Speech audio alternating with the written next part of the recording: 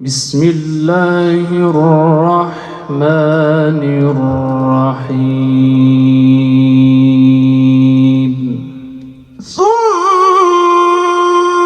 جعلناك على شريعة من الأمر فاتبعها ولا تتبع أهواء الذين لا يعلمون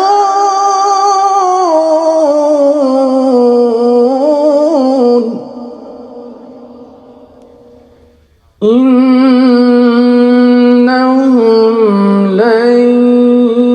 يغنوا عنك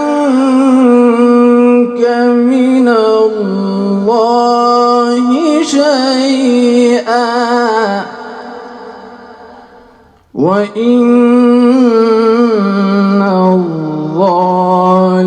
الظالمين بعضهم أولياء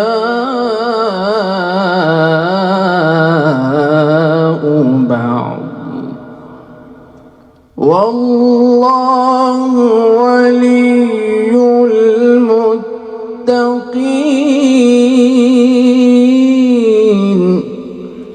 صدق الله العظيم.